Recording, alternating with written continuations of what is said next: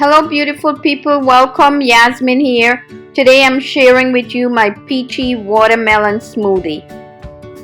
Add all the ingredients to a blender: watermelon, pomegranate juice, peach, avocado, kiwi, mint leaves, cardamom, peanut butter, vanilla extract, ice cubes.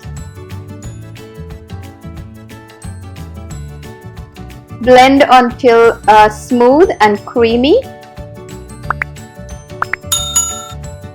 Pour the smoothie into glasses. This makes 2 servings or 5 cups total.